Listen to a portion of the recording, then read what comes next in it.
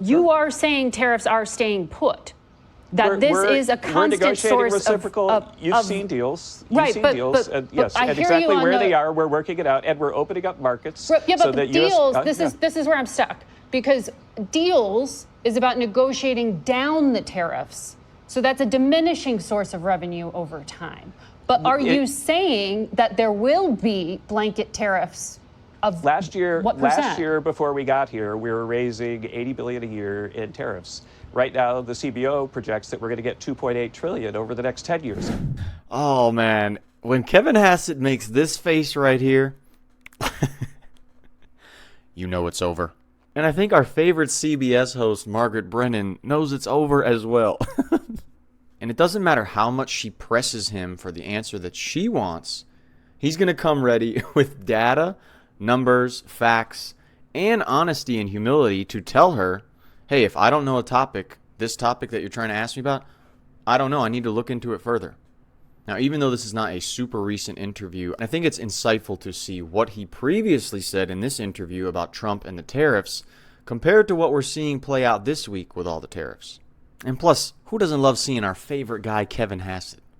We're joined now by the director of the National Economic Council, Kevin Hassett. He joins us from the White House. Good morning to you. Hey, Margaret. Good morning. So I do want to allow you to respond to some of the very specific criticisms that Senator Klobuchar made. One of the things she brought up was something that, frankly, the Senate Majority Leader seemed to acknowledge was under discussion, and that was touching Medicare, making some kind of adjustment. He said anything we can do that's waste, fraud, and abuse is open to discussion. Is the White House open to any discussion around Medicare? Well, first of all, what's happening is that the senators, respecting the legislative process, are discussing what they think that they can put on the table. And the president has made it clear that ending waste, fraud, and abuse, and giving benefits to illegals, and giving benefits to people who are able-bodied workers, those are his high priorities. If the Senate comes up with other things they'd like us to look at, I guess we would have a look at them. But there have been a lot of false stories about Medicare being on the table, and it's totally not on the table. The way that was covered in the news a couple of weeks ago was that in the end, when the budget process ends, if they don't waive the budget caps, then there's going to be reductions across the board in spending, and that's what no one would intend, and no Democrat would vote for that. But that was covered as our intent to go after Medicare, and it was just a big fake news story last week. Okay, so Leader Thune and Leader Johnson and Speaker Johnson have said anything with waste, fraud, and abuse. But you now are taking waste, fraud, and abuse is the same. Understood. But you were taking Medicare off the table. The White House says don't do it. No, but I've seen a massive amount of waste, fraud, and abuse in Medicaid, and I've not been briefed on Medicare waste, fraud, and abuse. Okay. But if they find something, then of course we would look at it. You would look at it. Senator Hawley was also brought up by Senator Klobuchar. And Missouri Senator has made it clear he wants to see changes to the increased co-payment requirements for Medicaid. That was in the House version that was sent over to the Senate. Are you comfortable with this House bill as it is written? What do you want to see done to Medicaid? Right. Again, what we want to see done now is we want the Senate to pass the bill, and then we want the House and the Senate to work out their differences while negotiating with us. And right now, the Senate has to get the votes they need to pass the bill, and we're supporting them in that process. But you also need to be mindful when you're thinking about this that one of the things that we put out a report for the Council of Economic Advisors that if the bill doesn't pass, then they estimate that this would cause a reduction of GDP by 4%. We'd be in a deep recession. We'd lose 6 or 7 million jobs, and those people, almost all those people, would lose their insurance. And so this idea that the only person who ever is going to get insurance is someone who's getting it from the government is just incorrect. And if we create the jobs that we have in the bill, then we're going to create a heck of a lot more insurance than what we're talking about in waste, fraud, and abuse. So you're open to what Senator Hawley is looking to change, though. That's what I understand. I'd have to go see what he has, and I'd want to look at the fine details before I say I'm open to it. And I also would want to talk to the president about the specific matter, which I've not done. Okay. This is why Kevin Hassett is probably one of my favorite guys in the Trump administration, because he's so honest and reasonable, and he doesn't go on TV to try to get clicks, get ratings, like some of the guys in the administration, like Howard Lutnick, who's always trying to be charismatic. Kevin Hassett's on the other end of the spectrum, where I'm not going to commit to supporting some Republican guy just because you said some good things about him on this TV network. One, because I don't know what he's really said in depth. And two, if I'm wrong just a little bit, we know that Margaret Brennan right here, who looks great in her navy suit, just like she did in that pink one before, she would attack Kevin on that to no ends. So one of the other massive influences on the economy right now is the trade war, particularly with China. Tomorrow in London, the Treasury Secretary, the Trade Representative, and the Commerce Secretary are going to meet with Chinese officials. Treasury Secretary Bessent told us last Sunday that the recent tension was around exports of critical minerals. When will those exports resume, and what do you expect to come from tomorrow's meeting? Right. Those exports of critical minerals have been getting released at a rate that is, higher than it was, but not as high as we believe we agreed to in Geneva.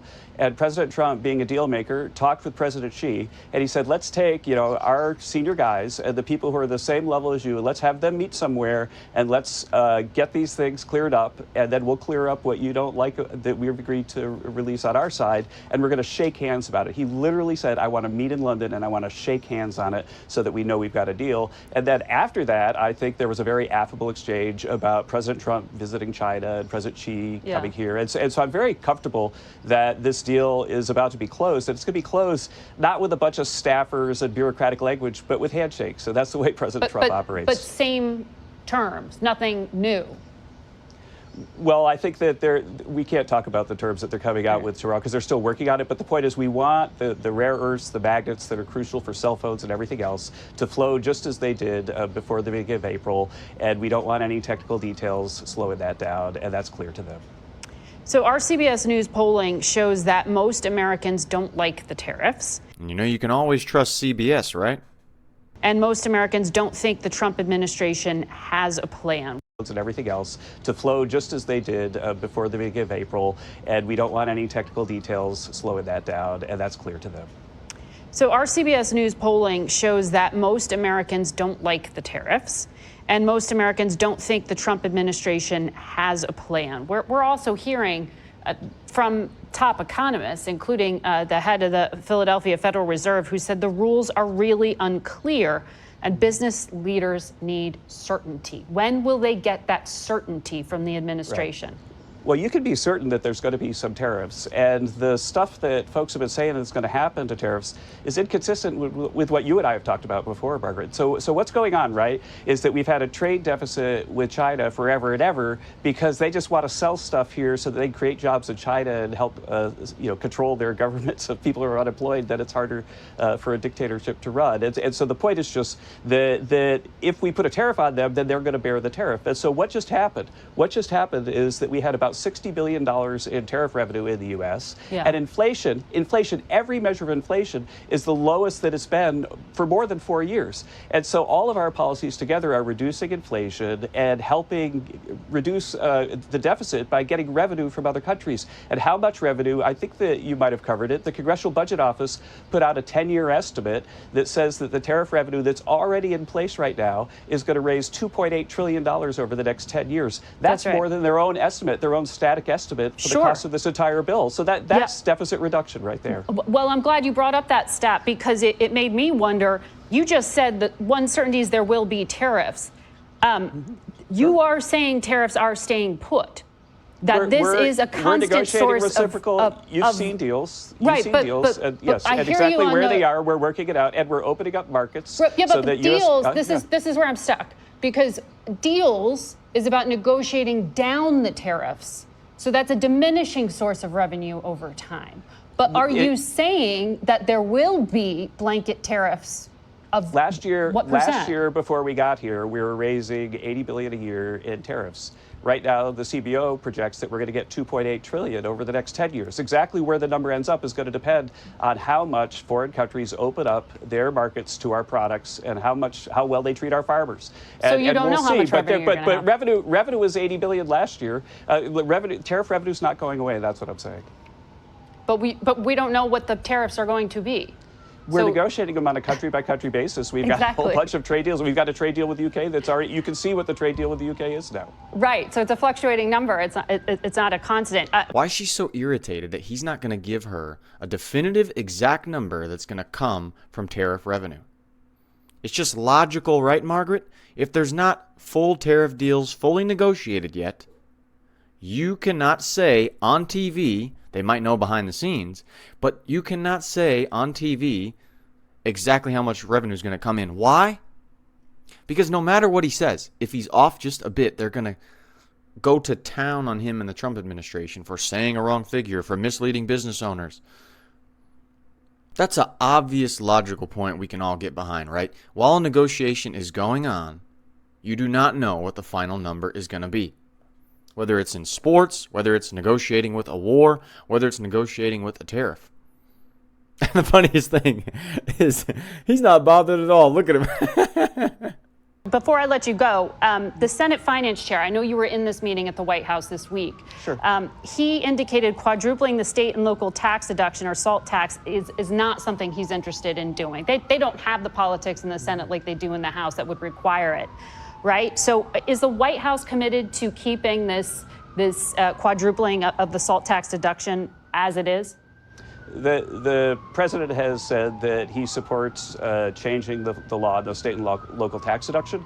And this is a very, it's a horse trading issue with the Senate and the House. And again, the president has listed his priorities on the tax bill. And it's no tax on tips, no tax on overtime. You know them all. And the Senate and the House, they know that those priorities for the president are red lines. And then on the other side, they're negotiating what they're going to negotiate because there's a differing level of support in the Senate that there was in the House. And in the end, the one thing we need, the president wants, is a bill that passes and passes on the 4th of July. So Senator Crapo needs to prepare himself that is staying as the House wrote it.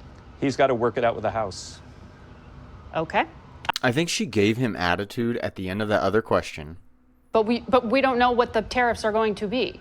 We're negotiating them on a country-by-country basis. We've got a whole bunch of trade deals. We've got a trade deal with the UK that's already, you can see what the trade deal with the UK is now. Right, so it's a fluctuating number. It's not a constant. I think the real reason she was so irritated at the end of that answer, visibly and audibly by what she said, is because she does not get that big moment that her producers are pushing her to get from Kevin Hassett. Because we know that so many of these reporters are about getting attention for themselves. You see it in the White House. You see it with the CNN reporters, especially Caitlin Collins with the ridiculous questions she asks. You've seen it with Jim Acosta in the past.